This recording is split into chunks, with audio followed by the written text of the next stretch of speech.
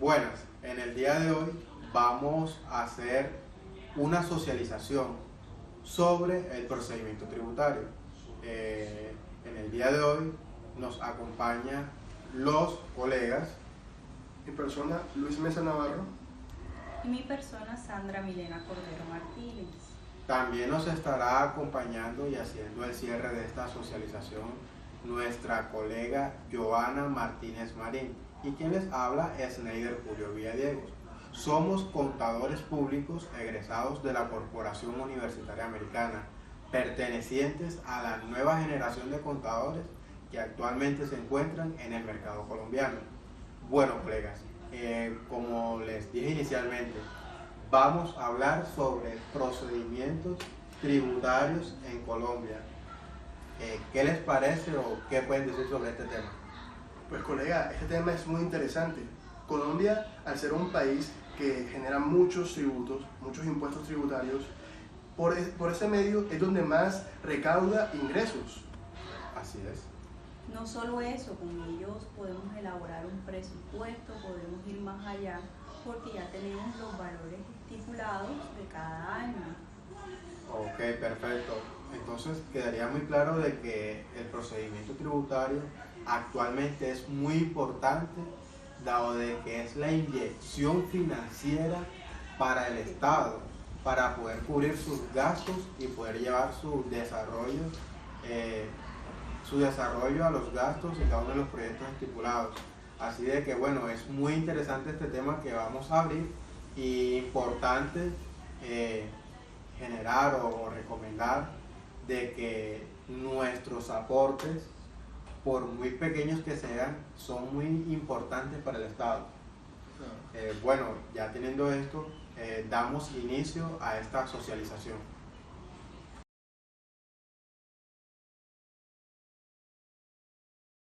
En el ordenamiento tributario actual, el Estado regula o sujeta una serie de procedimientos y formalidades que garantizan el pago del tributo.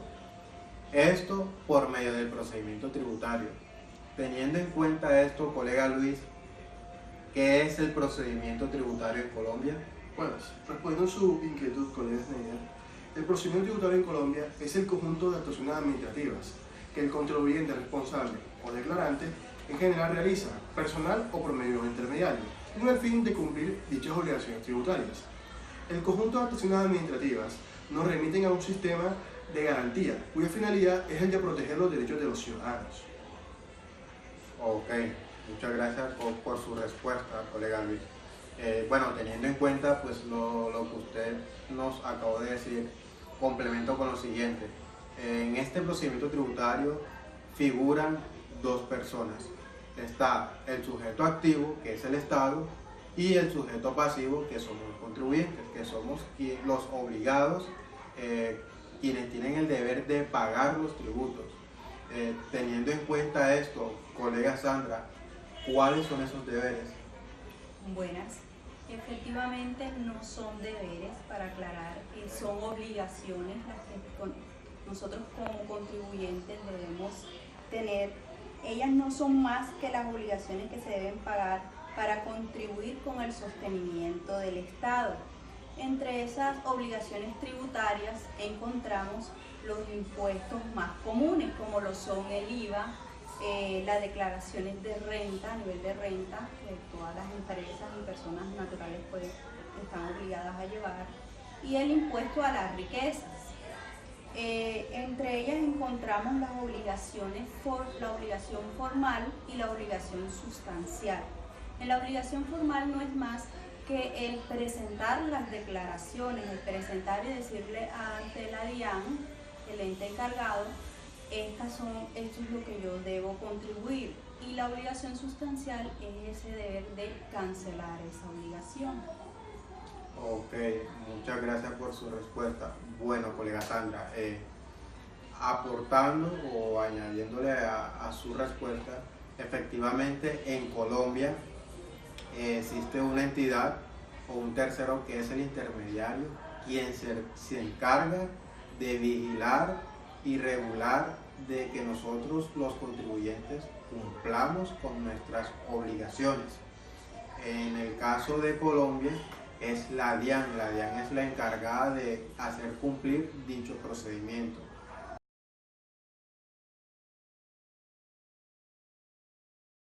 Bueno, teniendo en cuenta lo dicho, ya tenemos claro de que en el procedimiento tributario hay dos personajes, que son el sujeto activo, que es el Estado, y el sujeto pasivo, que somos nosotros los contribuyentes. En esta relación entre estos dos personajes hay un intermediario que juega un papel importante y fundamental, que es la DIAN. La DIAN es el Departamento de Impuestos y Aduanas Nacionales, que es el encargado de fiscalizar, vigilar y garantizar de que se cumplan las obligaciones de nosotros los contribuyentes en el pago de nuestros tributos. Teniendo en cuenta esto, colega Sandra, ¿cuáles son el mecanismo que más utiliza la DIAN para hacer cumplir esto? Sí, bueno, el mecanismo más usado por la DIAN es el RUT, Registro Único Tributario, que constituye un mecanismo único para identificar, ubicar y clasificar a todos los contribuyentes de acuerdo a la calidad de declarante de impuesto de renta y no declarante de régimen común, los pertenecientes al régimen simplificado, los agentes retenedores, los importadores y exportadores y demás usuarios aduaneros y los demás sujetos de obligaciones administrativas por la Dirección de Impuestos y Aduanas Nacionales, DIAN. Ok, perfecto. Bueno, ya teniendo en cuenta esto, colega, podemos decir de que el RUT es nuestra identificación por medio del cual la DIAN nos puede identificar, teniendo en cuenta de que en esta identificación reposa toda nuestra información general por medio del cual ellos mantienen un control sobre nosotros. ¿Cuál es esta información general? Nuestros nombres, apellidos, nuestro número de identificación, dirección, país, ciudad, departamento, teléfonos, correos y lo más importante, nuestra actividad económica, que es por medio del cual generamos ingresos, y nuestras obligaciones, las cuales tenemos con ella. Teniendo en cuenta esto, al momento de hacer o presentar nuestras declaraciones, ¿qué hay que tener en cuenta, colega Luis? Claro, colega Schneider. Para presentar nuestras declaraciones hay un contenido general que presentó la DIAN. El primero, presentar el formulario diligenciado por la DIAN. Segundo, la información necesaria para la identificación y ubicación del contribuyente. Tercero, la discriminación de los factores necesarios para determinar las bases gravables. Cuarto, liquidación privada. Quinto, la firma de quien cumple el deber formal de declarar. Y sexto, firma del revisor fiscal y o contador. Ok, perfecto. Bueno, teniendo en cuenta esto, pues digamos de que ya tenemos claro cuáles son los aspectos generales al momento de presentar nuestras declaraciones. Bueno, ya con eso quedaría muy claro esta parte. Muchas gracias por su respuesta, colega Luis, y a la colega Sandra.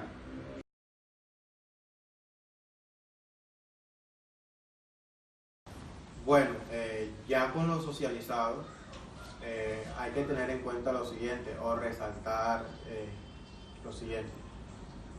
La DIAN, digamos de que ella nos controla, nos fiscaliza y nos regula bajo un marco normativo ya establecido por ley.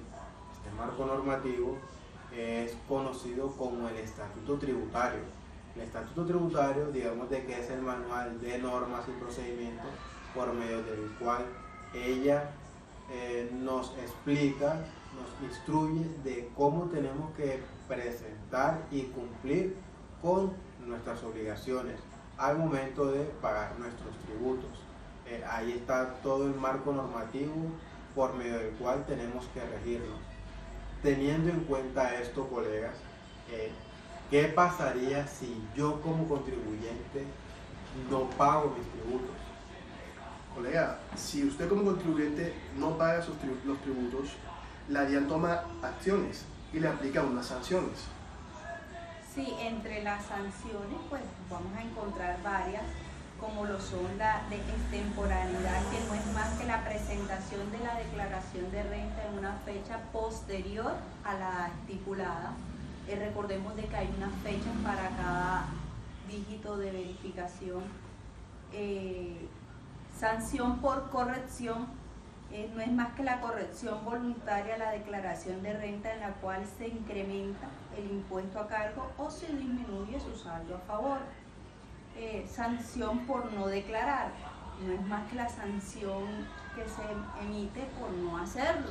No hacerlo representa ese dinero. Sanción por inexactitud, inclusión dentro de la declaración de renta de datos falsos o incompletos que originan un menor impuesto a cargo. Gracias por su aporte, compañera. Esas sanciones son las más comunes que aplica la DIAN en Colombia, son las más vistas, las que los contribuyentes se equivocan más al realizar, pero existen sanciones poco comunes, que al ser pocas aplicadas, pero sí existen. Una de estas sería sanción por omisión de activos o inclusión de pasivos existentes. ¿Cómo así?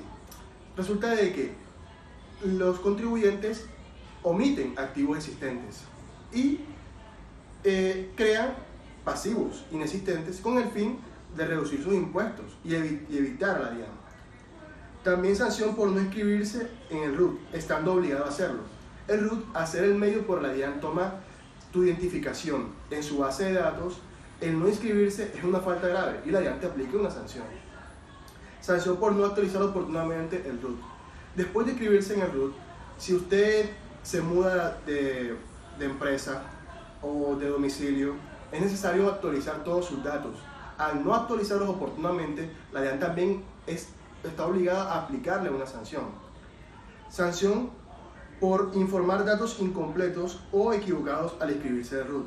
Como dice la sanción, si usted al momento de inscribirse en el RUT dice sus datos mal, los inscribe mal y después la DIAN se da cuenta de esto, está obligada la DIAN a aplicarle una sanción. Sí, para todo hay que tener claro de que existe una sanción mínima que es de 10 VT. Recordemos que cada año tiene un valor de un VT. Para este año estamos hablando de, ¿me recuerda? Sí, claro, aproximadamente la VT para el año 2019 está en unos 36.000 pesos. Cada año esta VT se va actualizando y va aumentando y siempre va a ser así, por lo que la moneda va cambiando constantemente. Teniendo en cuenta esto, pues colegas, me queda muy claro de que hay que ser muy responsables con la presentación y el pago de nuestros tributos. Por no hacerlo o por hacerlo de manera incorrecta, hay una multa que, digamos, me obliga o me va a dar la experiencia de hacerlo bien y de manera oportuna. También queda muy claro de que el desconocimiento de la norma no me exime o me exonera de esta responsabilidad y de esta sanción. Así de que veo de que la finalidad es una sola y es de que el contribuyente cumpla y pague sus tributos de manera oportuna. Claro, efectivamente. Okay.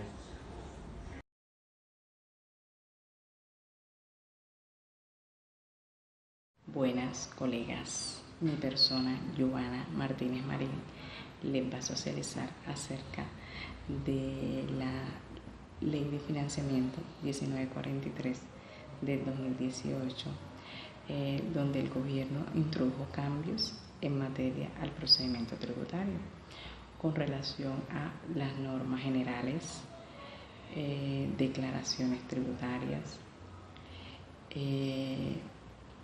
liquidaciones oficiales, devoluciones, determinación de impuestos o imposición de sanciones, entre otras. Uno de los cambios que tuvo la ley de financiamiento fue las notificaciones de actos administrativos. Mediante el artículo 91 modificó el artículo 563 del Estatuto Tributario en relación a la dirección de las notificaciones, estableciendo que el agente retenedor, contribuyente, responsable o declarante decide informar ante la DIAN, Registro Único Tributario, una dirección de correo electrónica. En este caso, la DIAN y hasta la UGPP, desde el 1 de julio del 2019, dicho correo electrónico será el mecanismo preferencial para notificar sus actos administrativos, incluyendo los relativos a cobros coactivos. Bueno, otro de los cambios que les voy a hablar es acerca de las declaraciones tributarias. Para resaltar es que los contribuyentes del impuesto sobre la renta y complementarios, cuando estén obligados a llevar contabilidad, deben diligenciar un formulario anexo a la declaración de renta, el cual debe detallar las deducciones a las que haya lugar en su actividad, correspondiente en el renglón otras deducciones del formulario de la declaración de renta. Dicho anexo debe ir firmado por el contador o revisor fiscal, entendido que esta responsabilidad constituye una obligación formal. Tendrá aplicación por primera vez en las declaraciones de renta del año gravable 2018, que se presentará durante la vigencia del año 2019. Con relación a las declaraciones de retención en la fuente presentadas sin pago antes del vencimiento del pago que posee el contribuyente para declarar, la norma establece que éstas surtirán efectos legales siempre y cuando el pago total sea realizado a más tardar dentro de los 2 meses siguientes al vencimiento del plazo, lo cual acarreará liquidación de intereses moratorios. Bueno, para concluir esta socialización, les comparto que el procedimiento tributario constituye una parte fundamental del derecho financiero y tributario, que explica el cauce jurídico por el que se relaciona la administración tributaria y los contribuyentes como ocasión a la liquidación, inspección, recaudación, devolución o revisión de cualquier tributo, así como también de las posibles imposiciones de sanciones por el incumplimiento de sus obligaciones o pago. Bueno, esperemos que esta socialización sea de un valioso interés para ustedes. Muchas gracias.